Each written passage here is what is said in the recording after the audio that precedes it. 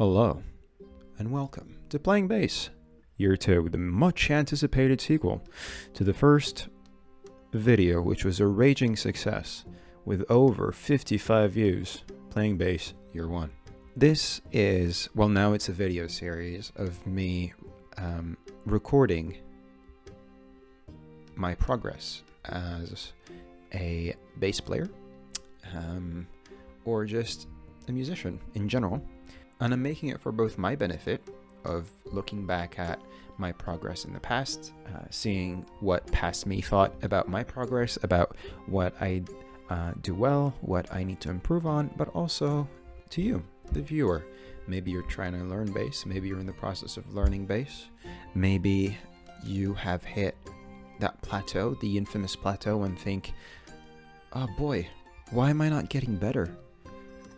Let me look up Drinking Bird, Playing Bass, Year 2. That's a logical sequence of words that I will Google or search on YouTube in order to reassure me of my progress. Strap in. So strap in. And so strap in. So strap in. And get ready to get funky. Okay, so I've got my little script here, which is little pointers I wrote beforehand to know what I'll be talking about. So the introduction is out of the way now. We'll be talking about, so the video is going to be like divided into two: my improvements and my opportunities. First, I have under improvements confidence as an improvement since last year, confidence, quote-unquote feel, and music theory. Under opportunities, I have playing more with others, composition, music theory. I think one of the biggest changes since last year is that I've stopped focusing so much on the technical side of playing. I'm not really trying to get as fast as possible, gotta go fast. I've stopped trying to play like really fast and really complex bass lines. I'm looking at you, Jack Stratton from Wolfbeck.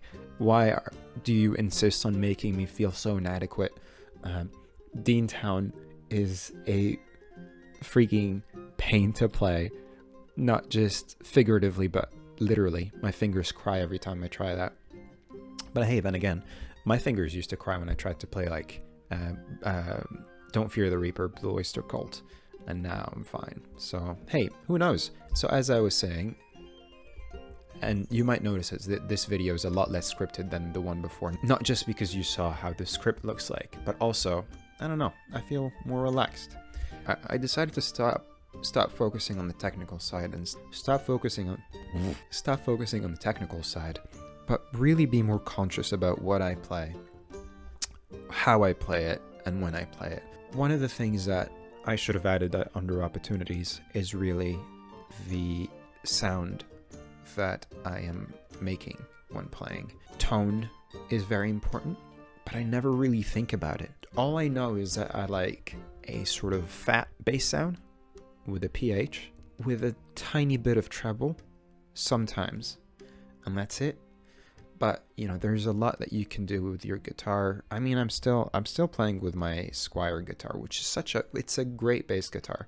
I'm not just saying that because I don't want to spend so much more money on a new bass guitar that is not a Squier, but it really is a good guitar. So obviously there's that, but there's also, you know, which amplifier I'm using. Nowadays I mostly use virtual amplifiers as opposed to my normal amplifier because there are more options there. So I'm just using the free version of Amplitude 4, which just the free version has like so much that you can do with. Obviously not as many options as the paid one. Yeah, so I've been using a virtual amplifier a lot more than my regular amplifier that's sitting right there. And yes, I can actually play stuff now because I don't live with housemates anymore, and I've got my own place, which means I can be as loud as possible, but not really as loud as possible because I've still got neighbors. Focusing less on the technical side of things means that I've been playing less Rocksmith. and focusing more on playing by ear. There is a clear progression in my YouTube channel where you start seeing a lot of Rocksmith covers, and eventually you get less and less of them, and then you just start getting regular covers where I stop reading music from Rocksmith and just try and listen to the music and play it. Sometimes I rely on tabs, but I try my best not to. I think the last time that I used tabs for one of my covers was for Miracle by Caravan Palace. Since then, I've been trying to just listen to the song and play it by ear. Another thing that I've done maybe a couple times is play the chill beats music to study to and just play over that. So as the songs roll in and out, I just try and adapt and play a bass line that fits them. The process that I would normally go through is find out the key of the song. If it's a major scale, then more often than not, it's pretty obvious to me. So immediately I'm just going to be like, okay, I'm just going to start experimenting with a major scale and see where I get from there. Sometimes it's not the major scale. As a matter of fact, most of the time it's not the major scale. Sometimes it's a pentatonic blues scale, whatever. I try and figure that out and I play. An important thing about this is because it's chill beats to study or work to, do your homework, whatever, you gotta be very careful about what kind of bass line you're playing. I'm not playing a John Entwistle bass line. It's supposed to be very minimalistic and soft a lot of the time. Sometimes it's not. Sometimes it's a bit more jazzy, in which case it's difficult, and also you can add more notes and embellish more, which is a hoot. The last cover that I recorded, which was Thank You My Twilight by The Pillows, was a fun project because usually it takes me several takes before I'm satisfied with the final one and I'm like, okay, I can crank this one out. It's okay, it sounds fine, or it sounds good. But with this one, usually I'd open the YouTube video, the music video, and then I'd play over it. I familiarize myself with it, and then when I feel like I'm sort of ready, I think, okay, I'll start recording now, and then however many takes it takes is fine, and then I'll just take the final one, the best one, and use that one for the video, the final video. But with that one, it was the first take, which was surprising and also made me very happy because I thought, hey, progress. What I did with that, and I wouldn't really play like that in a band because that would be a bit annoying, is there's a lot of arpeggios on the major scale. I think it was F sharp, if I remember correctly. But I tried to sort of balance, so in certain parts it was a bit more simple. So I was just playing root, fifth, root, fifth, and some other parts, just the full-on, just arpeggios, which I really like, the bass major scale arpeggios. I think it sounds really cool. And there was one thing that I did, I think twice in that video, which was one spicy note, which I'm still not sure what that was, but I thought it was dope. And that's why I have music theory under my opportunities for the future, which is learn what the hell I did and why it sounded so good to me. Another thing I did since 1 year ago is play a lot more 6-string guitar. And not just the electric one, but I got myself an acoustic, classical one. I think it's a completely different skill set to play a 6-string guitar, but I also feel that it's been helping me get better playing bass. So even though the time that I use to practice 6-string guitar has been eating into my bass guitar playing and practicing, I think there are a lot of transferable skills which have made me a better bass player, which is cool. And how else am I gonna impress my friends and the ladies if I don't play Wonderwall on an acoustic / classical guitar? Playing more 6-string guitar also drove me to do more research on the blues, specifically the electric guitar, where that was one of the ways I learned more about music theory, because I knew that, hey, why does blues music sound the same in terms of chord progression? Because it is the same chord progression almost every single time, which is the 1-4-5, I think they call it, chord progression, which is really cool, especially the final two ones at the end, which I still don't know how to handle them. I looked into videos on how to improvise over a blues chord progression using a blues scale, over how, you know, you don't want to just play random notes over the blues scale, but you want to make it sound like a proper blues track, even though it's improvised. And a lot of this information transferred over to bass guitar and the way that I play bass guitar. I think maybe the most valuable aspect of music theory, in my opinion, that I learned over the past year was intervals. Last year when I made my bass 1 year later video, I didn't know what a major third was. I didn't know what a perfect fourth was. I didn't know what a seventh was. But now I do. And I think it's super, super helpful, not just to know what these intervals sound like, but also in terms of composition, because that's one of the things that I want to work on. Although I still think that I mainly enjoy playing bass guitar and occasionally guitar, 6-string guitar, I think it's important for me to try to make more music, as in original music, and not just like original bass lines, but entire compositions and arrangements. Because rather than learning music theory like it's schoolwork, which is not fun and I don't need more work after my actual work, as I am trying to compose music, I think, oh hey, what's an easier way of doing this or approaching this issue? Oh, there's a musical theory concept behind it. Let me learn that. It makes it easier for me.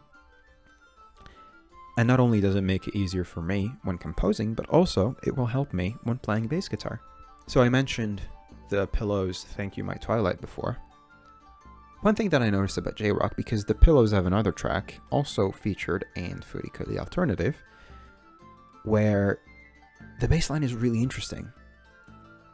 And that made me think of another J-Rock song, which was the opening for the original Digimon anime. And listening to them, I thought, wow, these bass lines are a lot, but in a good way. And I thought, wow, they work really well with the guitar. And that's one of the things that I want to look more into, is listen more to some J-Rock where I think the bass is interesting and try to understand why it sounds interesting and how maybe I can implement some of these techniques. But there's a genre that I've been really into lately, which is Afro-Latin music. Talking about the salsa, talking about guajira, talking about guajira, I think I pronounced that wrong, talking about bossa nova, talking about Afrobeats. The bass lines in those songs are usually quite simple, but so groovy, which I'm a sucker for. I mentioned in the beginning of the video that feeling of plateauing, and that is a feeling that I've sometimes had over the past year, and still do, where I think, what am I doing? Why am I not getting better? Why am I not playing faster? But then when I really think about it, I discover that I've made some pretty good progress, and past me would be, I think, pretty proud, because maybe I can generally, superficially play the same way I did 1 year ago and not that much better. Going into the nitty-gritty, I have improved. I do know more about bass guitar. I do know more about music theory. And I do know more about composition. Another thing I did over the past year was join a band.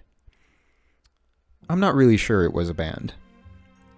We practiced for maybe 6-7 times together, and it was a lot of fun and great people. But it sort of eventually fizzled out.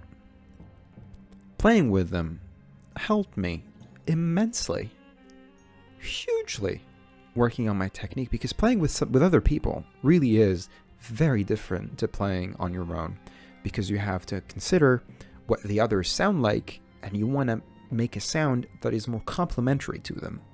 Because if you're just living in your own bubble and playing in your own bubble, then maybe to your ears you sound good, but the ensemble doesn't.